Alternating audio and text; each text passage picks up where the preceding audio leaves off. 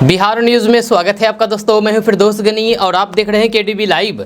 दोस्तों आज हो चुका है 4 सितंबर 2024। तो आज की पूरे बिहार की टॉप न्यूज लेकर आए हैं आपके लिए। दोस्तों वीडियो शुरू करने से पहले आपके लिए एक जरूरी सूचना है। सूचना यह है कि केडीबी लाइव का ऐप आ चुका है। आप केडीबी लाइव ऐप के माध्यम से भी पूरे बिहार की खबरों को देख सकते हैं। केडीबी लाइव ऐप में बिहार की किसी भी खबर को 1 मिनट से भी कम समय में दिया जाता है। इस ऐप को इंस्टॉल करने के लिए प्ले स्टोर में जाइए, सर्च कीजिए केडीबी लाइव आ जाएगा, उसको इंस्टॉल कीजिए और पूरे बिहार की खबरों को देखिए। तो चलिए चलते हैं खबरों की ओर। दोस्तों क्या आपको पता है कि बिहार में सबसे ज्यादा सड़क दुर्घटना युवा करते हैं? जी हाँ, परिवहन विभाग की रिपोर्ट में यह खुलासा हुआ है। रिपोर्ट्स के अनुसार 18 से 25 साल के युवा दुर्घटनाओं के लिए सबसे अधिक जिम्मेदार होते हैं। जहाँ कुल दुर्घटनाओं में इनकी हिस्सेदारी लगभग 1/4। हालांकि विभाग का मानना है कि सरकार के स्तर पर शुरू किए गए प्रयासों के कारण लोगों में जागरूकता बढ़ी है और फिर वे सड़क दुर्घटनाओं को लेकर के पहले से अधिक सचेत हुए हैं। जी हाँ, परिवहन विभाग के अनुसार कुल दुर्घटनाओं में 18 से 25 साल के लोगों की हिस्सेदारी 23% से अधिक है। ये पूरे वर्ष की दुर्घटनाओं में सबसे ज्यादा है। यहीं पर नहीं, ये भी सच सामने आया है कि 18 से 45 साल के लोग अकेले 61% दुर्घटनाओं के लिए जिम्मेदार हैं। वे दुर्घटनाओं के शिकार भी अधिक होते हैं, परिणाम भी उन्हें ही अधिक भुगतना पड़ता है। दरअसल ये युवा 2 पहिया और 4 पहिया दोनों तरह के गाड़ियों से अधिक दुर्घटना होते हैं। खास करके 2 पहिया वाहनों को लेकर की घटनाएं काफी अधिक होती है, जहाँ इस वर्ग के लोग सबसे अधिक ओवर स्पीड से गाड़ियां चलाते हैं, स्टंट करते हैं। इस आयु वर्ग के युवाओं में हाई स्पीड वाहनों का भी क्रेज है। इन्हें चलाने के लिए ये न केवल गति सीमा को तोड़ते हैं बल्कि परिवहन नियमों का भी उल्लंघन करते हैं। दोस्तों बिहार की राजनीति से एक बड़ी खबर सामने आ रही है कि बिहार के पूर्व डिप्टी सीएम तेजस्वी यादव ने मुख्यमंत्री नीतीश कुमार से मुलाकात की है। जहां मुख्य सचिवालय स्थित चेंबर में तेजस्वी यादव के पहुंचते ही बिहार की राजनीति में अचानक से हलचल तेज हो गई है और चर्चाओं का बाजार गर्म हो गया है। मुलाकात तो थोड़ी ही देर रही, लेकिन इस मीटिंग ने कयासों का बाजार गर्म कर दिया है। अब लोग सोच रहे हैं कि क्या फिर से चाचा जी पलटने वाले हैं और भतीजे के पास जाने वाले हैं। चाचा यानी कि नीतीश कुमार और भतीजे यानी कि तेजस्वी यादव की इस मुलाकात को लेकर के बिहार की सियासत में एक बार फिर से कयासबाजियां शुरू हो चुकी है। इस मुलाकात के दौरान नीतीश सरकार में मंत्री विजय चौधरी भी साथ थे। कहा जा रहा है कि बिहार में नए सूचना आयोग की नियुक्ति होनी है और इसमें नेता विरोधी दल जाते हैं। जब बताया जाता है कि इस बैठक में सभी दलीय नेता जाते हैं। जब 20 मिनट तक ये बैठक चली। जानकारी के अनुसार बिहार के मानवाधिकार आयोग में 2 पद खाली हैं। इन दोनों पद पर चयन को लेकर के बैठक में चर्चा हुई। इसके अलावा सूचना आयोग में भी 2 सदस्य का चयन होना है। जब बैठक में सूचना आयोग के दोनों सदस्यों पर फैसला हो गया है। नेता प्रतिपक्ष तेजस्वी यादव ने बताया है कि राज्य सरकार इसकी जानकारी देगी। 2 सदस्यों पर फैसला हो गया है। आपको बता दें कि उप मुख्यमंत्री पद से हटने के बाद तेजस्वी यादव पहली बार नीतीश कुमार से मुलाकात की है। दोस्तों गिरिराज सिंह पर हमला करने वाले को कोर्ट से बेल मिल गई है। आपको बता दूं कि जनता दरबार के बाद केंद्रीय मंत्री गिरिराज सिंह पर मुक्का चलाया गया था। जब मुक्का मारने वाले को जेल हुई थी, लेकिन 2 दिन जेल में रहने के बाद उसको रिहा कर दिया गया है, जमानत मिल गई है। आपको बता दूं कि गिरिराज सिंह पर वार्ड पार्षद शहजादुल्ला उर्फ सैफी ने हमला किया था। उनके ऊपर मुक्का चलाया था और फिर मुर्दाबाद के नारे भी लगाए थे। केंद्रीय मंत्री गिरिराज सिंह पर हमला करने वाले मोहम्मद सैफी को 8 को आज कोर्ट ने जमानत दे दी है। एसीजेएम अखिलेश कुमार की अदालत ने सैफी को बेल दे दिया है। 2 दिन पहले बेगूसराय में जनता दरबार के दौरान बलिया नगर पंचायत में मोहम्मद सैफी ने गिरिराज सिंह पर हमला बोला था। गिरिराज सिंह पर हमले के बाद मौके पर मौजूद सुरक्षाकर्मी काफी मशक्कत के बाद उन्हें भीड़ से निकाल करके बाहर ले आए। वहीं पर हमलावर वार्ड पार्षद सैफी को मौके से ही पुलिस ने पकड़ लिया था, जिससे पूछताछ की गई थी। दोस्तों अलग अलग राज्यों में प्रशासन द्वारा आरोपियों के घर पर बुलडोजर चलाए जाने पर सोमवार को सुप्रीम कोर्ट ने सवाल खड़ा किया है। जब सुप्रीम कोर्ट का सवाल था कि कानून में तय प्रक्रिया का पालन किए बगैर किसी का घर कैसे ढहाया जा सकता है, सिर्फ किसी के अभियुक्त होने पर उसका घर कैसे ढहाया जा सकता है। जब सुप्रीम कोर्ट ने बगैर नोटिस के आरोपियों के घर ढहाने की शिकायत पर कहा कि अगर वे दोषी भी है तो भी कानून में तय प्रक्रिया के बारे में बगैर उसका घर नहीं ढहाया जा सकता। जब सुप्रीम कोर्ट ने इस संबंध में पूरे देश के लिए दिशा निर्देश जारी करने का संकेत देते हुए सभी पक्षकारों से सुझाव मांगे हैं। दोस्तों बिहार में रहने वाले लोगों के लिए एक बड़ी खबर सामने आ रही है। ताजा रिपोर्ट्स के मुताबिक बिहार में मौसम बिगड़ने वाला है। आज जी हां, मौसम विभाग ने आज बिहार के 9 जिलों में गरज चमक के साथ बारिश को लेकर के अलर्ट जारी कर दिया है। यह खबर के अनुसार मौसम विभाग ने बिहार के पूर्णिया, कटिहार, किशनगंज, अररिया, सुपौल, मधेपुरा, सहरसा, खगड़िया और फिर बेगूसराय में बारिश का अलर्ट जारी कर दिया है। इन जिलों में 1-2 स्थान पर आसमानी बिजली भी गिर सकती है। आपको बता दें कि मानसून की प्रक्रिया में कमी आने के कारण पटना सहित बिहार के दक्षिणी भागों के जिलों में गरज के साथ कुछ स्थानों पर हल्की वर्षा की संभावना है, जबकि बिहार के उत्तरी भागों के कुछ स्थानों पर बूंदाबूंदी होने के आसार नजर आ रहे हैं। मौसम वैज्ञानिकों के माने तो सितंबर में मानसून की सक्रियता बनी रहेगी। हालांकि अगस्त से कम वर्षा होने की संभावना है। वहीं पर कुछ स्थानों पर अच्छी बारिश दर्ज हो सकती है। मौसम वैज्ञानिकों ने लोगों से खराब मौसम के दौरान सावधान रहने की अपील की है। दोस्तों बिहार के छोटे राजस्व गांव में जमीन सर्वे की जा रही है। जल्द ही बड़े राजस्व गांव में भी सर्वे की प्रक्रिया शुरू कर दी जाएगी। इसके लिए ग्राम सभा का आयोजन हो रहा है। इस सर्वे में लोगों को जमीन से संबंधित 5 तरह के कागजात दिखाने होंगे। खबर के अनुसार बिहार जमीन सर्वे में लोगों को प्रपत्र 2 और प्रपत्र 3-1 फॉर्म को भर करके उसके साथ खतियान का या फिर केवला मालगुजारी रसीद, आधार कार्ड, वंशावली सहित मोबाइल नंबर आदि को जमा करना होगा। आप इसे ऑनलाइन और ऑफलाइन दोनों माध्यम से जमा कर सकते हैं। आपको बता दूं कि प्रपत्र 2 में जमीन की डिटेल्स भरनी होगी, जैसे कि खाता, खसरा, चौहद्दी, नाम, पता, थाना, जिला, मौजा आदि की पूरी जानकारी दर्ज करनी होगी। जबकि प्रपत्र 3 में आपको वंशावली की जानकारी देनी होगी। इस पर जमीन के सभी उत्तराधिकारियों की डिटेल्स दर्ज होगी। जी हाँ, बिहार जमीन सर्वे में आपको 5 कागजात दिखाने होंगे। नंबर 1 कागजात है जमाबंदी, मालगुजारी रसीद के साथ वंशावली भी देना होगा। नंबर 2 यह है कि अगर आपने जमीन खरीदी है तो फिर आपको जमीन खरीदने के कागजात भी देने होंगे। इसके लिए केवला की कॉपी जमा कर सकते हैं। नंबर 3 है अगर आपके जमीन को लेकर के कभी कोई विवाद हुआ है तो और कोर्ट में कोई भी आदेश दिया गया हो तो फिर आदेश से संबंधित सभी कागजात की कॉपी देनी होगी। नंबर 4 अगर जमीन आपके पूर्वजों के नाम पर थी और अब वो नहीं है तो फिर उनकी मृत्यु प्रमाण पत्र देना होगा। यदि प्रमाण पत्र नहीं है तो फिर आप मृत्यु की जानकारी दे सकते हैं। नंबर 5 जमीन के सत्यापन के लिए जमीन का खतियान की कॉपी भी जमा कर सकते हैं। इससे जमीन सर्वे की प्रक्रिया को पूरा कर दिया जाएगा। दोस्तों बिहार में रहने वाले लोगों के लिए एक बड़ी खबर सामने आ रही है। ताजा रिपोर्ट्स के मुताबिक बिहार के 38,000 गाँव में जमीन सर्वे का काम शुरू कर दिया गया है, जबकि बिहार के 7,000 गाँव में जल्द ही जमीन सर्वे का काम शुरू हो जाएगा। खबर के अनुसार बिहार के लगभग 45,000 गाँव में से लगभग 7,000 गाँव में अभी तक ग्राम सभा की बैठक नहीं हुई है। हालांकि राजस्व एवं भूमि सुधार विभाग ने 1 सप्ताह के अंदर इन गाँव में भी जमीन सर्वे के लिए ग्राम सभा लगाने का आदेश दिया है। आपको बता दूं कि राजस्व एवं भूमि सुधार विभाग ने अपने अधिकारियों से कहा है कि अगले 1 सप्ताह में इन सभी गाँवों में ग्राम सभा आयोजित करें ताकि सर्वे का काम जल्द किया जा सके। साथ ही साथ जमीन सर्वे की प्रक्रिया को तय समय पर खत्म किया जा सके। दरअसल इस सर्वे में अब तक 14,000 से ज्यादा गाँव में खतियान लेखन का काम शुरू हो चुका है। जब खतियान लेखन के बाद किस्तवार प्रकाशन और फिर खानापुरी की जाएगी, जहाँ आप जल्द से जल्द सर्वे फॉर्म और फिर वंशावली फॉर्म को भर करके शिविर में जमा कर सकते हैं। दोस्तों बिहार में नौकरी की तलाश कर रहे युवाओं के लिए एक अच्छी खबर सामने आ रही है। ताजा रिपोर्ट्स के मुताबिक बिहार बीपीएससी 17वीं में 800 पदों पर भर्ती की जाएगी। इसको लेकर के जल्द ही बिहार लोक सेवा आयोग के द्वारा नोटिस जारी किया जाएगा। यह खबर के अनुसार बिहार लोक सेवा आयोग को 800 रिक्तियां अलग अलग विभागों से प्राप्त हो चुकी है, जबकि कुछ अन्य विभागों से रिक्तियां प्राप्त होना बाकी है। जैसे ही आयोग को अन्य विभागों से रिक्तियां मिल जाएगी, इसके बाद नोटिफिकेशन जारी होगा। आपको बता दूं कि सभी विभागों से रिक्तियां आने पर पदों की संख्या 1000 के आसपास पहुंच सकती है। वहीं पर बीपीएससी सीसीए में अधिकांश पदों के लिए ग्रेजुएशन करने वाले उम्मीदवार आवेदन कर सकते हैं। कुछ पदों के लिए साइंस स्ट्रीम से ग्रेजुएशन या फिर इंजीनियरिंग मांगी जा सकती है। यदि आप बिहार लोक सेवा आयोग के तहत नौकरी करना चाहते हैं तो आप बीपीएससी 17वीं की तैयारी में जुट जाएं, क्योंकि 1 सप्ताह के अंदर ही नोटिफिकेशन जारी हो सकता है और ऑनलाइन के द्वारा आवेदन की प्रक्रिया भी शुरू हो सकती है। दोस्तों बिहार में रहने वाले लोगों के लिए एक बड़ी खबर सामने आ रही है। ताजा रिपोर्ट्स के मुताबिक बिहार में यदि किसी पुश्तैनी जमीन का रजिस्टर्ड बंटवारा नहीं हुआ है तो फिर जमीन सर्वे में उसका संयुक्त खतियान बनाया जाएगा। इसको लेकर के आदेश जारी कर दिया गया है। यह खबर के अनुसार राजस्व एवं भूमि सुधार विभाग ने कहा कि जमीन सर्वे के दौरान जमीन बदलने का मौखिक समझौता मान्य नहीं होगा। वहीं पर मौखिक पारिवारिक बंटवारे को भी नहीं माना जाएगा। इस समझौते का रजिस्टर्ड दस्तावेज जारी जरूरी है। आपको बता दूं कि बिहार में भाइयों के बीच हुए पुश्तैनी जमीन के पारिवारिक बंटवारे का रजिस्टर्ड दस्तावेज जरूरी जरूरी है। अगर आपका बंटवारा मौखिक हुआ है तो फिर संयुक्त खतियान बनेगा। इस जमीन के अलग अलग खतियान नहीं बनाया जाएगा, इसको लेकर के निर्देश जारी कर दिया गया है। वहीं पर विभाग ने कहा कि 100 घोषणा के समय जमीन रैयत अपनी जमीन का रकबा, चौहद्दी, खेसरा की जानकारी, जमाबंदी यानी कि मालगुजारी रसीद का फोटोकॉपी, खतियान का नकल आदि दस्तावेज के साथ सर्वे शिविर में इसे जमा कर सकते हैं। पुश्तैनी जमीन के लिए सर्वे वंशावली फॉर्म भी भरना होगा।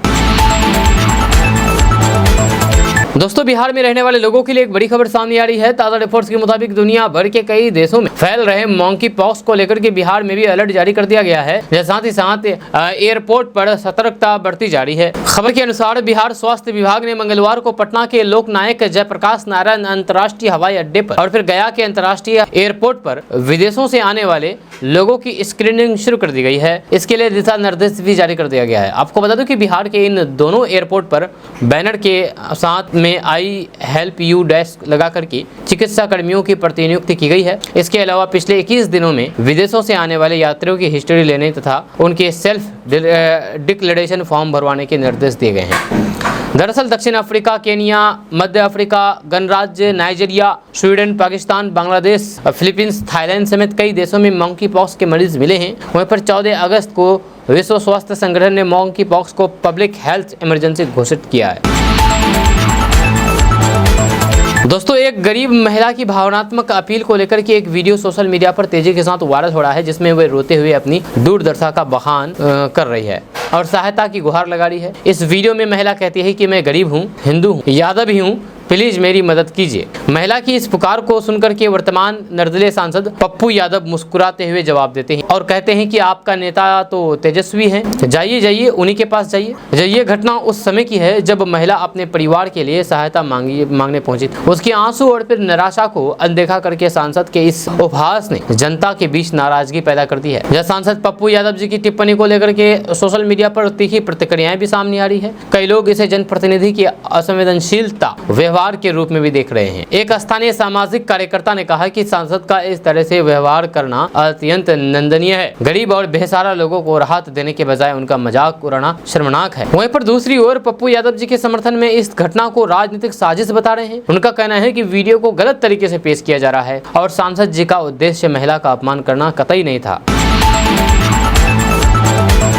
दोस्तों, सिंगापुर से लौटने के बाद आरजेडी सुप्रीमो लालू प्रसाद यादव एक बार फिर से एक्टिव मोड में आ गए हैं। जहां लालू प्रसाद यादव ने कल पार्टी की महत्वपूर्ण बैठक बुलाई। लालू प्रसाद यादव ने आज 4 सितंबर को पार्टी की महत्वपूर्ण बैठक बुलाई है। इस बैठक में सभी चारों एमपी के साथ साथ सभी विधायक और फिर सभी बिहार विधान परिषद के सदस्यों को भी बुलाया गया है। जब बैठक में तेजस्वी यादव की आभार यात्रा के साथ साथ आने वाले विधानसभा चुनाव को लेकर के महत्वपूर्ण चर्चा होगी। इसके साथ ही महत्वपूर्ण फैसला भी लिए जा सकते हैं। इस बैठक में आरजेडी सुप्रीमो लालू प्रसाद यादव के साथ तेजस्वी यादव और पार्टी के कई बड़े नेता मौजूद रहेंगे।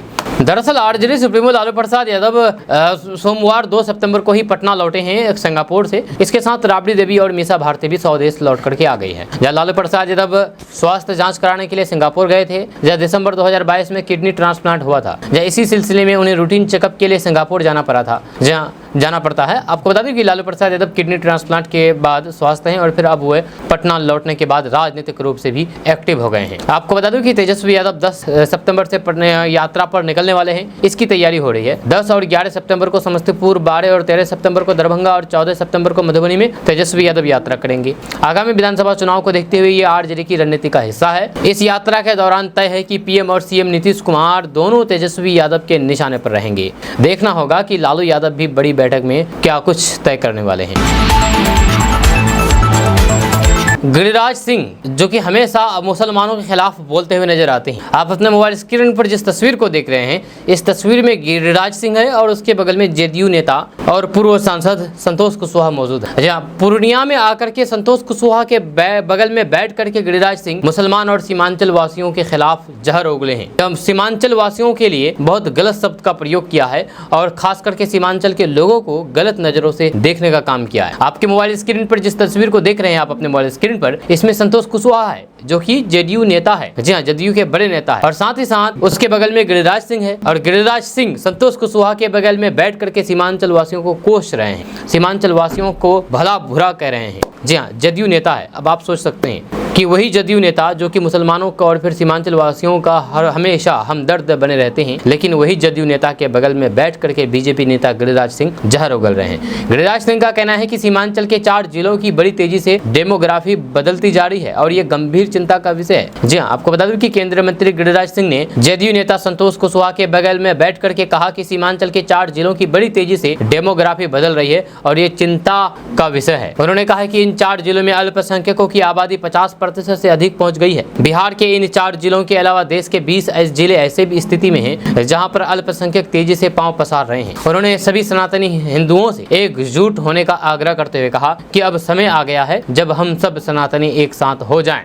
हिंदू धर्मों को आगे रखें। हमारा धर्म ही कहता है कि हम अपनी धर्म की रक्षा करेंगे तो फिर धर्म हमारी रक्षा करेगा। और ये सब बातें नीतीश कुमार के खास नेता संतोष कुशवाहा के बगल में बैठ करके कह रहे हैं। साथ ही साथ गिरिराज सिंह ने कहा कि मेरा मानना है कि जब तक सनातनियों का बहुमत है, लोकतंत्र भी तभी तक सुरक्षित है। एक दिवसीय दौरे पर यहाँ पर पहुंचे केंद्रीय मंत्री गिरिराज सिंह ने पत्रकारों से बातचीत कर रहे थे। उन्होंने कहा कि पूर्णिया, अररिया, कटिहार और किशनगंज को ये लोग टारगेट कर रहे हैं। इस स्थिति को देखते हुए सभी हिंदू संगठन जिसमें विश्व हिंदू परिषद, धर्म जागरण, बालाजी संगठन, जनसंख्या समाधान फाउंडेशन, सीमा जागरण मंच की एक बैठक होगी। 18 अक्टूबर को भागलपुर, नवगछिया, कटिहार, पूर्णिया, किशनगंज और अररिया के इन जिलों में एक दिन का कार्यक्रम होगा। कार्यक्रम का विषय बांग्लादेश में हिंदुओं पर हुए अत्याचार नहीं सहेगा हिंदुस्तान। दूसरे चरण में बिहार का भ्रमण और तीसरे चरण को पूरा करते हुए उत्तर प्रदेश की सीमा में इस कार्यक्रम का प्रदेश होगा। अगर अब भी हिंदू इकट्ठा नहीं हुए तो फिर ये विस्फोटक स्थिति देश के लिए खतरा पैदा हो सकती है। यह केंद्रीय मंत्री ने कहा है कि भारत में 148 जिले हो गए हैं जहां पर 20% से अधिक आबादी बढ़ी है। 308 जिले हैं जिसमें 1300 स्पॉट, जहां पर 2013 के आंकड़े के मुताबिक आबादी बढ़कर के 25% हो गई है। दोस्तों, बिहार विधानसभा चुनाव में करीब 1 साल का समय बचा है। वहीं पर चुनावी साल से पहले बिहार की राजनीति में हलचल तेज हो गई है। तमाम राजनीतिक दल अपने अपने दावे कर रहे हैं। वहीं पर चुनाव से पहले नेताओं के इधर उधर जाने का भी दौर शुरू हो चुका है। दरअसल चुनाव से पहले नेताओं के दल बदल का खेल भी तेजी से शुरू हो जाता है। इसी क्रम में आरजेडी के बड़े नेता श्याम रजक ने बीते रविवार को राजद छोड़ करके जेडीयू में शामिल हो गए। वहीं पर इसी के साथ जेडीयू ने आरजेडी में और बड़ी टूट का दावा भी कर दिया है। दरअसल इस बार बिहार में विधानसभा चुनाव से पहले दल बदल खेल की शुरुआत जेडीयू ने कर दी है। जी हां, वहीं पर श्याम रजक के जेडीयू में शामिल होने पर पार्टी के कार्यकारी राष्ट्रीय अध्यक्ष संजय झा ने बड़ा दावा करते हुए कहा है कि अभी तो ये शुरुआत है। आरजेडी और कांग्रेस के कई नेता हम लोगों के संपर्क में हैं। अभी आरजेडी के अंदर बड़ी टूट होने वाली है।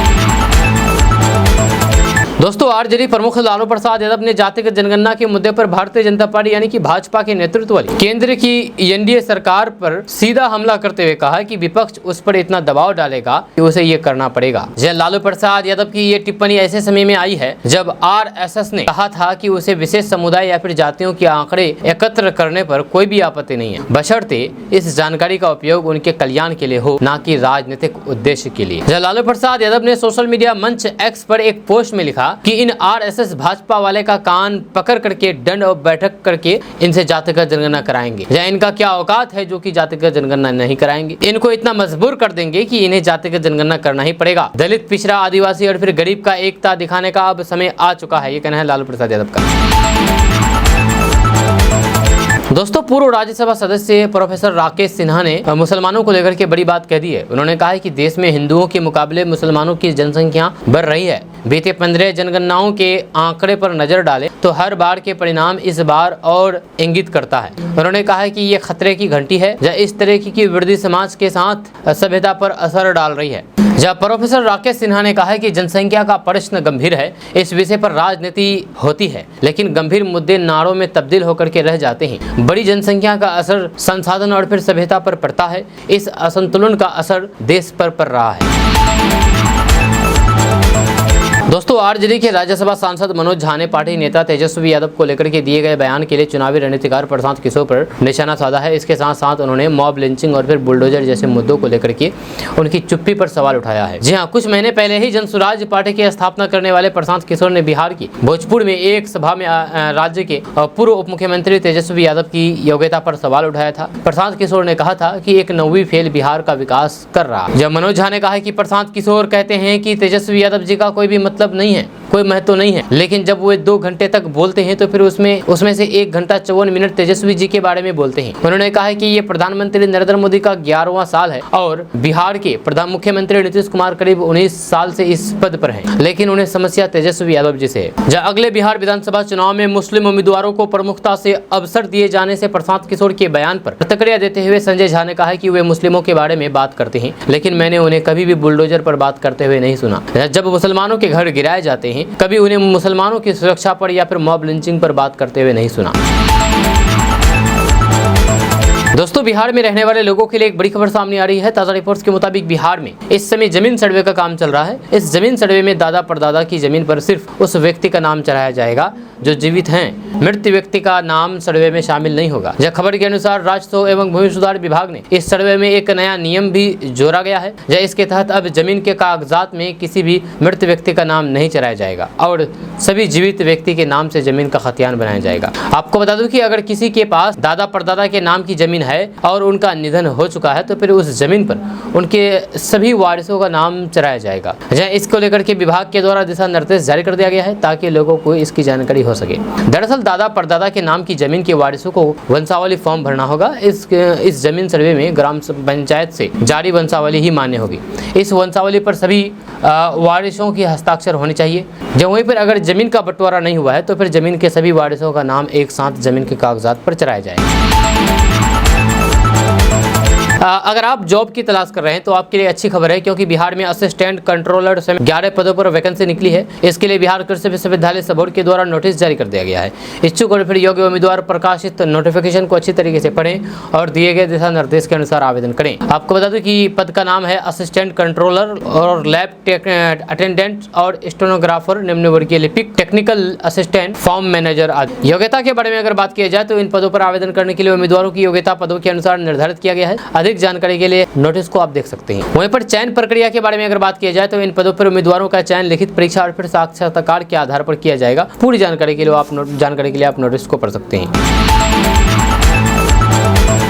दोस्तों, बिहार के गया जिले में भी भेड़ियों का आतंक देखने को मिल रहा है। भेड़ियों को पकड़ने के लिए वन विभाग की टीम लगी हुई है, लेकिन एक भी भेड़िया अब तक नहीं पकड़ा गया है। जब पिछले दिनों भेड़ियों ने एक महिला पर हमला कर दिया था, इसी बात से गुस्साए लोगों ने आज एक भेड़िए को किसी तरीके से पकड़ लिया है और उसे पीट करके मार डाला है। जब भेड़ियों के डर से लोग रात जग्गा कर रहे हैं, वहीं पर वन विभाग ने भेड़ियों को पकड़ने के लिए बड़ा सा पिंजरा चिकन के साथ लगा रखा है। आपको बता दूं कि बिहार के इस गाँव में भेड़िया के आतंक से लोग डरे हुए और सहमे हुए हैं। भेड़ियों के हमले की डर से ग्रामीण शाम होते ही अपने अपने घरों में बंद हो जाते हैं। भेड़ियों ने अब तक 4 लोगों पर हमला करके लौलुहान कर दिया है। वहीं पर कई मवेशियों पर भी हमला करके जख्मी कर दिया है। जी आपको बता दूं कि घटना गया जिला के खेजड़ सराय थाना क्षेत्र के स्थित मकसदपुर गाँव की है। दोस्तों, बिहार में रहने वाले लोगों के लिए एक बड़ी खबर सामने आ रही है। ताजा रिपोर्ट्स के मुताबिक बिहार में कई सड़कों का चौड़ीकरण किया जाएगा। इसको लेकर के विभाग के स्तर पर तैयारियां की जा रही है।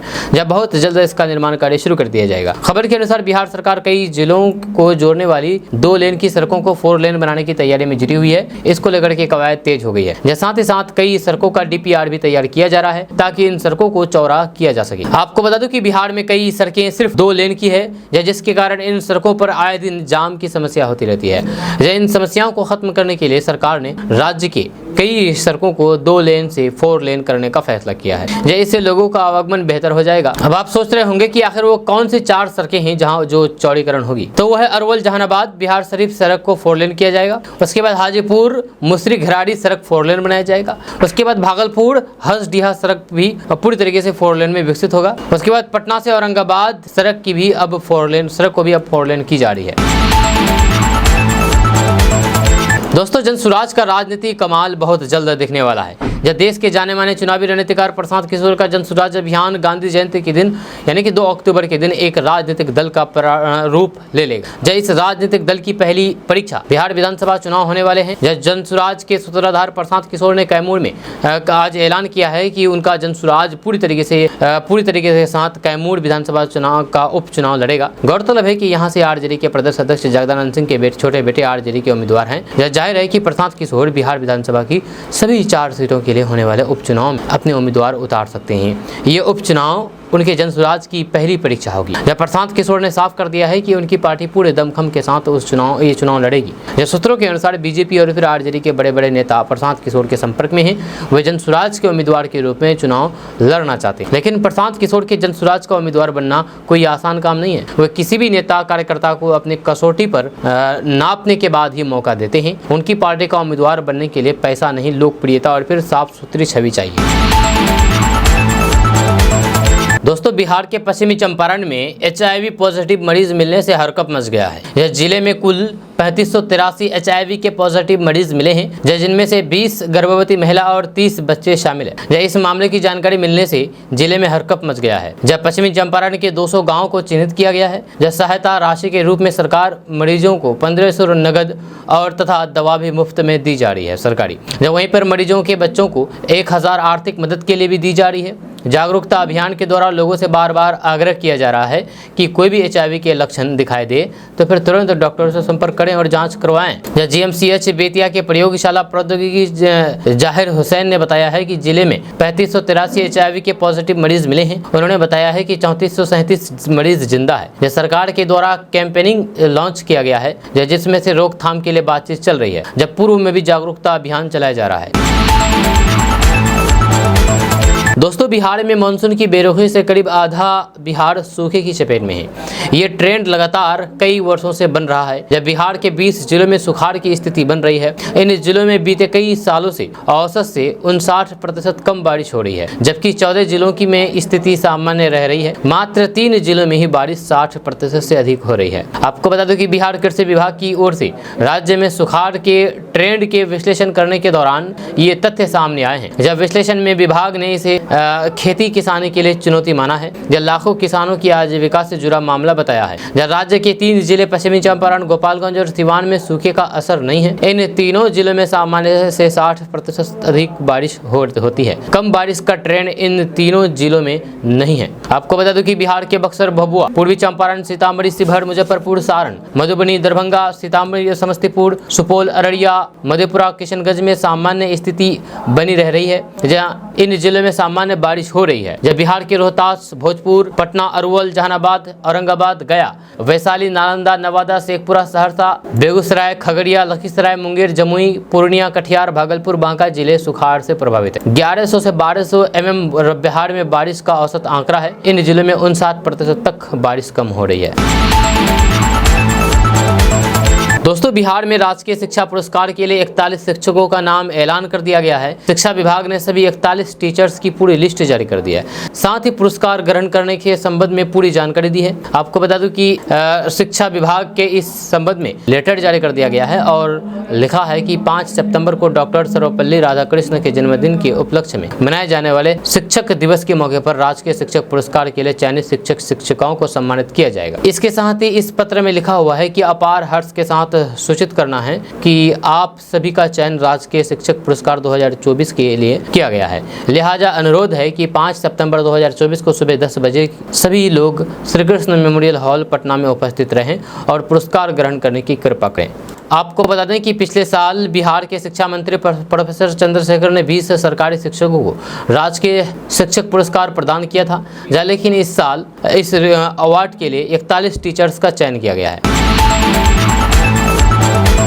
दोस्तों, बिहार के 3.25 लाख नियोजित शिक्षकों के लिए गुड न्यूज है। इन शिक्षकों की वेतन बढ़ोतरी का रास्ता अब साफ हो गया है। यह शिक्षा विभाग के एस सिद्धार्थ ने इस ट्रेनिंग को पूरा नहीं करने वाले शिक्षकों की वेतन वृद्धि पर रोक लगा दी थी। राज्य भर में ऐसे शिक्षकों की संख्या 2,92,144 है। हालांकि बिहार के 31,000 से अधिक नियोजित शिक्षकों ने अब तक इस ट्रेनिंग को पूरा नहीं किया है। जब बीते 17 अगस्त को राज्य शिक्षा शोध एवं प्रशिक्षण परिषद ने ट्रेनिंग पूरी करने वाले शिक्षकों की सूची जारी की, जिसके बाद इन शिक्षकों की वेतन बढ़ोतरी का रास्ता करीब करीब साफ हो गया है। जहां ऐसे नियोजित शिक्षक जिन्होंने इस ट्रेनिंग को पूरा कर लिया है, उन्हें वेतन बढ़ोतरी का लाभ मिलेगा। आपको बता दूं कि बिहार में जमीन विवाद के बढ़ते मामले को देखते हुए डबल इंजन सरकार ने बिहार में जमीनों का सर्वे करने का फैसला किया था। बीते 20 अगस्त से ही बिहार में जमीन का सर्वे शुरू हो गया है। हालांकि 7,000 गाँव में अब भी जमीन सर्वे नहीं हो सका है। ऐसे में सरकार ने इन गाँव में 1 सप्ताह के भीतर सर्वे का काम शुरू करने का आदेश दिया है और सभी गाँव में ग्राम सभा आयोजित करने को कहा है। दरअसल बिहार में करीब 45,000 गाँव में से तकरीबन 38,000 गाँव में जमीन के सर्वे की प्रक्रिया शुरू हो गई है। बाकी बचे हुए करीब 7,000 गाँव में अगले सप्ताह ग्राम सभा आयोजन करके सर्वे की प्रक्रिया शुरू कर दी जाएगी। जहां सर्वे की प्रक्रिया शुरू हो गई है वहां खतियान लेखन का काम भी शुरू कर दिया गया है। खतियान लेखन के बाद उसे मानचित्र के साथ किस्तवार प्रकाशन किया जाएगा। दोस्तों, प्रशांत किशोर ने कहा है कि सरकार की ताबूत में जमीन सर्वे का काम आखिरी किल साबित होगा। नीतीश ने जाते जाते ऐसी गलती कर दी है कि लोग झाड़ू मार करके भगाएंगे, ये कहना है प्रशांत किशोर का। आपको बता दो कि बिहार में बीते 20 अगस्त से ही जमीन सर्वे का काम शुरू हो गया है, जहां अब इसको लेकर के लोगों में भारी संशय की स्थिति है। जमीन का सर्वे कैसे होगा, कहीं लोगों की जमीन छीन तो नहीं जाएगी, वंशावली कैसे बनेगी, ऐसे कई तरीके के सवाल लोगों के जहन में चल रहे हैं। जमीन के सर्वे के दौरान विवाद बढ़ने की भी संभावना जताई जा रही है। जनसुराज के संस्थापक प्रशांत किशोर ने इसको लेकर के चिंता जताई है। उन्होंने जमीन सर्वे को लेकर के नीतीश सरकार की ताबूत का आखिरी किल बताया है। जब बिहार में जमीन के सर्वे पर भड़कते हुए प्रशांत किशोर ने कहा है कि बिहार की सरकार बोतल से जिन्न निकालने की कोशिश कर रही है, लेकिन उसे ये भी पता नहीं है कि जिन्न को अगर बोतल में वापस डालना होगा, ये बोतल में कैसे जाएगा। जब सरकार ने इतना बड़ा बखेरा कर दिया है कि नीतीश कुमार को पता नहीं चल रहा है कि आखिर ये खत्म होने वाला नहीं है। जब उन्होंने कहा कि जमीन को लेकर के परिवारों में झगड़ा लड़ाई तुरंत शुरू होना है। जब नीतीश कुमार 6 महीने में अपने लिए बहुत बड़ी समस्या उत्पन्न करने जा रही है। उन्होंने कहा कि नियति नीतीश कुमार से ये सब करा रही है। 18 साल से सरकार में थे तब उसको जमीन के सर्वे की चिंता नहीं थी, लेकिन अब जब विदाई का वक्त आ गया है तो उससे पहले नियति ने उनसे ये काम करा दिया है। प्रशांत किशोर ने कहा है कि सत्ता से जाते जाते नियति ऐसा गलती करा देगी कि समाज झाड़ू मार करके उन्हें बाहर भगाएगा। बिहार में जमीन का सर्वे नीतीश कुमार के ताबूत में आखिरी किल साबित होगी। समाज को तो परेशानी होगी ही, लेकिन किसी के कहने से वे इसको रोकने वाले नहीं हैं। राजस्व विभाग में रजिस्टर 2 का सेकंड रिकॉर्ड है ही नहीं, ऐसे में विवाद बढ़ने की संभावना है। दोस्तों, लाल सेब का सेवन इंसान के हेल्थ के लिए बहुत फायदेमंद होता है। इसमें vitamin A, vitamin C, iron, zinc, vitamin E, niacin, vitamin D, fibre, calcium, polyphenol समेत अन्य कई तरह के विटामिन और मिनरल्स पाए जाते हैं जो शरीर को स्वस्थ और फिर ऊर्जावान रखते हैं। हम आपको लाल सेब के बारे में बताएंगे जो इससे 10 फायदे होंगे। जी आपको बता दूं कि लाल सेब बीमारियों के काल। जी हाँ, अब 10 इसके फायदे हम बताने जा रहे हैं, जो आप अगर सुनेंगे तो आप भी खाना शुरू कर देंगे। आपको बता दूं कि सेब में मौजूद एंटी अल्सरेटिव गुण अल्सर कम करते हैं। या सेब में मौजूद एंटीपोजोन गुण गले और फिर फेफड़ों में वायरस को नहीं पनपने देते हैं, नहीं बढ़ने देते हैं। या सेब में मौजूद फाइबर और एंटीऑक्सीडेंट कैंसर होने की संभावना को कम करते हैं। सेब में मौजूद फाइबर और फिर फेनोलिन हार्ट के लिए फायदेमंद होते हैं, इससे दिल सेहतमंद रहता है। वहीं पर सेब में मौजूद पेटिन दस्त को रोकता है और फिर कब्ज से आराम दिलाता है। इसके सेवन से पेट अच्छी तरीके से साफ हो जाता है। वहीं पर सेब में मौजूद फाइबर और पोटेशियम ब्लड प्रेशर को नियंत्रित करते हैं, इससे हार्ट अटैक होने का खतरा भी कम हो जाता है। वहीं पर सेब में मौजूद विटामिन के हड्डियों को मजबूत बनाता है, इससे हड्डियों में किसी तरीके की बीमारी नहीं होती है और हड्डी स्वस्थ रहता है। वहीं पर सेब में मौजूद राइबोफ्लेविन, थायमिन और विटामिन B6 तंत्रिका तंत्र को मजबूत करते हैं, इससे इंसान के शरीर में ताकत बनी रहती है। वहीं पर सेब में मौजूद एंटीऑक्सीडेंट त्वचा से जुड़ी हुई समस्याओं को दूर करते हैं, इसके सेवन से त्वचा और गले और निखार बना रहता है चेहरे पर। वहीं पर सेब में मौजूद एंटी माइक्रोबियन गुण सूजन कम करते हैं, साथ ही साथ शरीर की कई तरीके की परेशानी को भी ठीक करते हैं। दोस्तों, बिहार में गाड़ी चलाने वाले लोगों के लिए एक बड़ी खबर सामने आ रही है। ताज़ा रिपोर्ट्स के मुताबिक बिहार में यदि गाड़ियों का प्रदूषण फेल है तो फिर अब आपको कैटेगरी के हिसाब से जुर्माना देना होगा। इसको लेकर के परिवहन विभाग के द्वारा आदेश जारी कर दिया गया है। खबर के अनुसार बिहार परिवहन विभाग ने ट्रैफिक चालान के नियमों में बड़ा बदलाव करते हुए कहा कि बिहार में प्रदूषण फेल होने पर सभी गाड़ियों का एक जैसा जुर्माना नहीं लगेगा, जब बल्कि अब कैटेगरी के हिसाब से अलग अलग जुर्माना लगाया जाएगा। आपको बता दें कि पूर्व में सभी तरह के गाड़ियों के लिए प्रदूषण का चालान 10 रुपए निर्धारित था, लेकिन अब परिवहन विभाग में इसमें बड़ा बदलाव किया है। इसलिए आप अपने गाड़ियों का प्रदूषण ठीक करा लें, क्योंकि ये अधिसूचना बिहार गजट में प्रकाशन की तिथि से 5 कार्य दिवस के बाद प्रभावी हो जाएगा। आपको बता दें कि 2 पहिया वाहन का पहली बार 1000, दूसरी बार 1500 रुपए जुर्माना लगेगा। वहीं पर 3 पहिया वाहनों पर पहली बार 1500, दूसरी बार 2000 रुपए जुर्माना लगेगा। वहीं पर हल्के मोटरयान LMV पर पहली बार 2000 रुपए, दूसरी बार 3000 रुपए जुर्माना लगेगा। वहीं पर मध्यम मोटरयान LMV पर पहली बार 3,000 रुपये और दूसरी बार 4,000 रुपये जुर्माना लगेगा। वहीं पर भारी मोटरयान HMV पर पहली बार 5,000 रुपये और दूसरी बार 10,000 रुपये जुर्माना लगेगा। वहीं पर अन्य वाहन पर प्रथम अपराध के लिए 1,500 रुपये, वहीं पर द्वितीय अपराध के लिए 2,000 रुपये जुर्माना लगेगा। दोस्तों आज का न्यूज़ बस यहाँ तक। कैसा लगा आपको नीचे कमेंट बॉक्स में कमेंट करके ज़रूर बताइएगा। जाने से पहले आपके लिए एक खुशखबरी है कि KDV लाइव का ऐप आ चुका है। आप KDV लाइव ऐप के माध्यम से भी पूरे बिहार की खबरों को देख सकते हैं। अगर आप बिहार के रहने वाले हैं तो आप KDV लाइव ऐप को इंस्टॉल करना बिल्कुल नहीं भूलिएगा। इस ऐप को इंस्टॉल करने के लिए प्ले स्टोर में जाइए, सर्च कीजिए KDV लाइव आ जाएगा, उसको इंस्टॉल कीजिए और पूरे बिहार की खबरों को देखिए। KDV लाइव ऐप में बिहार के किसी भी खबर को 1 मिनट से भी कम समय में दिया जाता है। अगर उसी खबर को आप फेसबुक में देखते हैं तो आपसे 3-4 मिनट तो ले ही लिया जाता है कम से कम। जी हाँ, जिससे आपकी समय की बर्बादी होती है, लेकिन वही खबर आपको KDV लाइव ऐप में 1 मिनट से भी कम समय में मिलता है। तो इस ऐप को इंस्टॉल करना बिल्कुल नहीं भूलिएगा और अपनी समय बचाइए। जाइए प्ले स्टोर पर सर्च कीजिए KDV लाइव आ जाएगा, उसको इंस्टॉल कीजिए और अपना अकाउंट बना लीजिए। अकाउंट बनाने से फायदा होगा कि आप खुद से भी खबरों को पोस्ट कर पाएंगे। तो अकाउंट बनाना बिल्कुल नहीं भूलिएगा। मिलते हैं नेक्स्ट वीडियो के साथ। जय हिंद, जय भारत।